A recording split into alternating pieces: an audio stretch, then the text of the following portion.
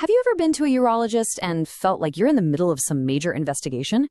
So many tests, so many questions. Well, today we're going to demystify that whole process. We're opening up the urologist's detective toolkit to show you exactly what each tool is for and what clues it helps uncover. And you might be wondering, why are there so many different tests? It's a fair question. The thing is, each test is designed to answer a very specific question about your urinary system. It's not about being complicated for the sake of it, it's all about being precise. Yeah, the best way to look at it is to think of your urologist as a detective on a case. Your symptoms are the first lead, but to really solve the mystery, they need this special toolkit. And each test is a different tool, designed to find a very specific type of clue. So the first set of tools in the kit, they're all about function.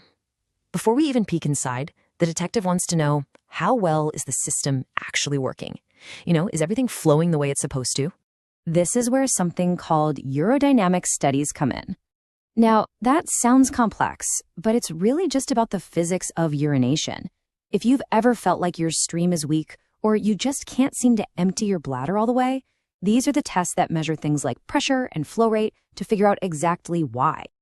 A really common starting point is uroflowmetry.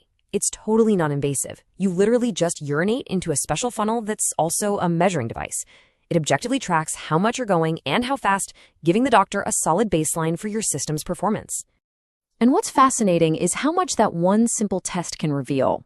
The shape of the flow curve basically tells a story. A healthy flow creates this nice, classic bell-shaped curve. But a flattened curve? That might point to an obstruction, like an enlarged prostate. Other weird shapes can suggest different things, like a narrowing in the urethra or maybe a problem with muscle coordination.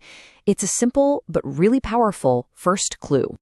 Now, to get more clues, the next tool might be cystometry. This one goes a little deeper, measuring the pressure inside your bladder as it fills up. This helps the doctor understand how the bladder muscle is behaving, how much it can actually hold, and how stretchy it is. It's absolutely crucial for figuring out different types of incontinence or nerve-related bladder issues. And here's a very simple but incredibly powerful clue: the post-void residual, or PVR. After you go to the bathroom, how much is actually left behind? A quick ultrasound or sometimes a catheter can tell us. Normally, it should be less than 100 milliliters. A higher number is a crystal clear sign that the bladder just isn't emptying efficiently. Okay, let's move to the next tray in the toolkit. Once we understand the function, the detective often needs to get a look at the anatomy. I mean, what does the crime scene actually look like? This is where imaging comes in. The two main workhorses here are ultrasound and then CT or MRI scans. Think of an ultrasound as the detective's quick sketch. It uses sound waves for a great first look at the basic structure.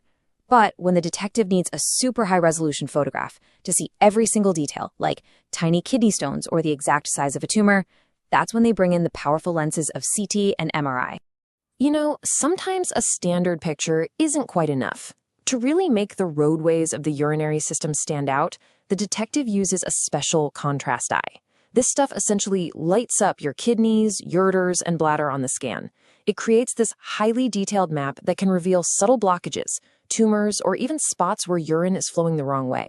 And for the most direct view of all, there's cystoscopy. Instead of taking a picture from the outside, this is like sending a tiny camera right into the bladder.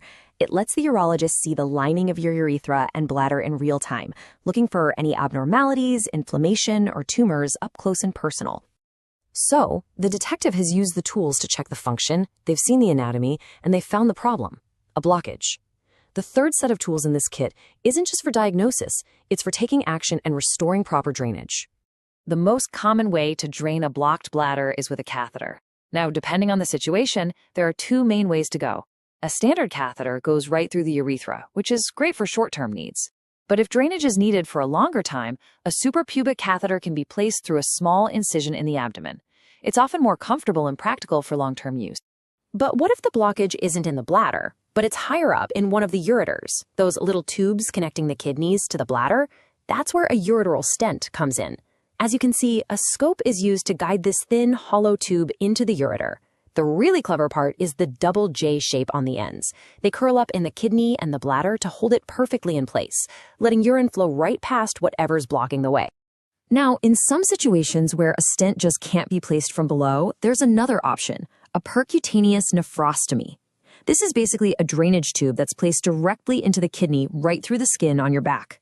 It provides a direct route for urine to get out of the body when the normal path is completely blocked.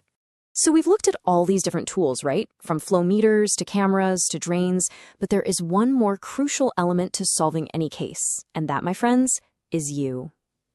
Understanding these tools empowers you to be an active partner in your own healthcare. So when you think about this whole detective's toolkit, it really just boils down to 3 key things. First, checking the flow. Is everything working correctly? Second, getting a look inside. What does the anatomy actually look like? And third, clearing the way, solving any blockages to restore that flow. Function, anatomy, action. Simple as that. And that right there is really the key takeaway. When you understand what a test is for and why it's being done, you go from just being a patient to being a partner in the investigation. And that collaboration, that's what leads to the best diagnosis and the best possible outcomes. So I'll leave you with this. Now that you know about the toolkit, what's the one question you'll ask at your next appointment? Being informed isn't just about knowing facts, it's about being ready to be part of the investigation into your own health. Thanks for tuning in.